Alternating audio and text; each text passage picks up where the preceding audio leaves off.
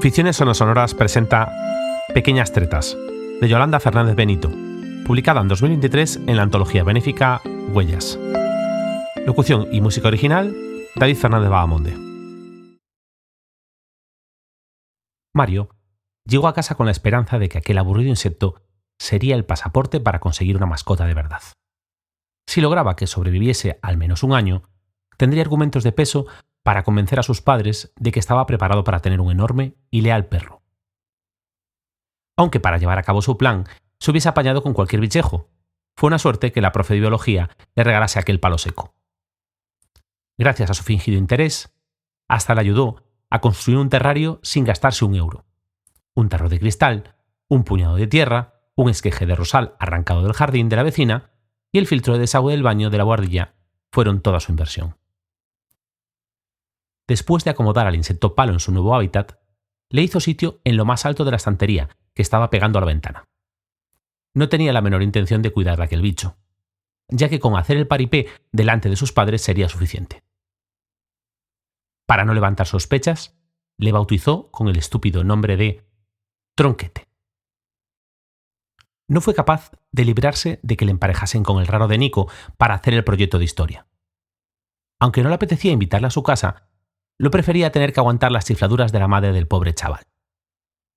Nico llevaba toda la tarde intrigado por el contenido de aquel tarro de cristal y, aprovechando que Mario había ido al baño, no pudo resistir la tentación y lo cogió. Al levantar el filtro de desagüe, que hacía también de tapa, y ver lo que contenía, soltó el bote como si le quemase. Por fortuna, acabó intacto sobre la mesa. ¿Qué haces?, gritó Mario al entrar en la habitación y ver cómo su ansiado perro se alejaba por momentos. «Esos bichos son muy peligrosos», exclamó Nico mientras intentaba alejarse. «¿Eres tonto o qué? Solo es uno de los insectos palo que repartió Nuria en clase». «Yo no quise ninguno porque mi abuelito siempre nos decía que son muy peligrosos y que...». Dejó su explicación a medias al ver la iracunda cara de Mario. «Deja en paz mis cosas. Terminamos el dichoso trabajo y te piras», ordenó Mario mientras devolvía el terrario a su sitio. Aquella noche, Mario despertó entre sudores. Había tenido una pesadilla de la que solo recordaba sentir pequeños pinchazos en la cara. Sus padres le restaron importancia, achacando la mala noche a la cantidad de croquetas que había engullido en la cena. Aquello solo fue el principio.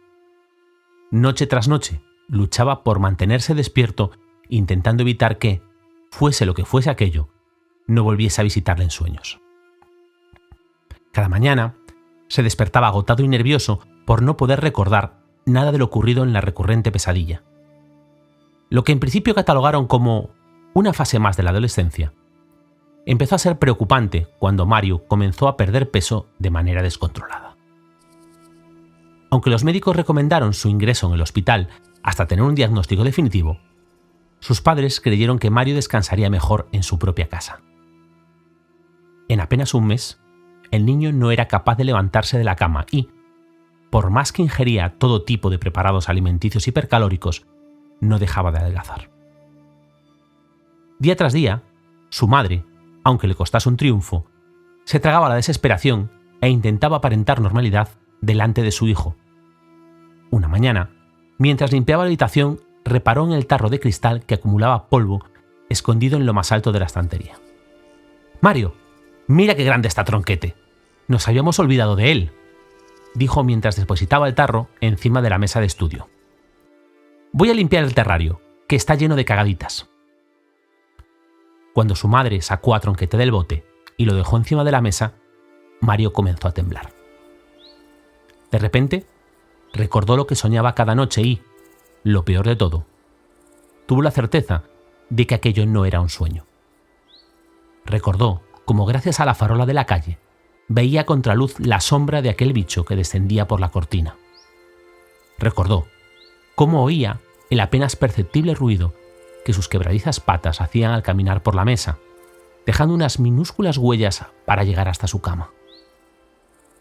Recordó la sensación de asco que le embargaba al sentir cómo aquel cuerpo seco se restregaba contra su cara, intentando alcanzar una entrada a su interior. Recordó cómo sentía un suave pinchazo en la lengua o en las fosas nasales antes de que comenzase a succionar minúsculas gotas de su sangre. Intentó recordar cómo volvía al terrario, pero su debilitado corazón se paró. Como todos sus compañeros, Nico asistió al homenaje que hicieron en el colegio. Nadie supo interpretar sus lágrimas. No eran de pena, sino de rabia, porque su madre le había prohibido contar que no fue un extraño virus lo que mató a su compañero.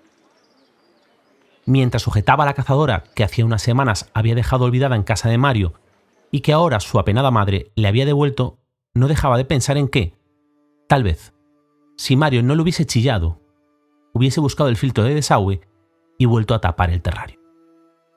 Que tal vez, si le hubiese dejado terminar de contar lo que su abuelo siempre le decía sobre aquel maldito bicho, que el que tenía la desgracia de sufrir su picadura adelgazaba hasta la muerte. Que, tal vez, lo mejor que podía hacer era callar y olvidar todo aquel asunto. Lo que no sabía era que esa misma noche sería él quien comenzaría a tener pesadillas por desobedecer a su madre y dejar la cazadora tirada de cualquier manera encima de su cama.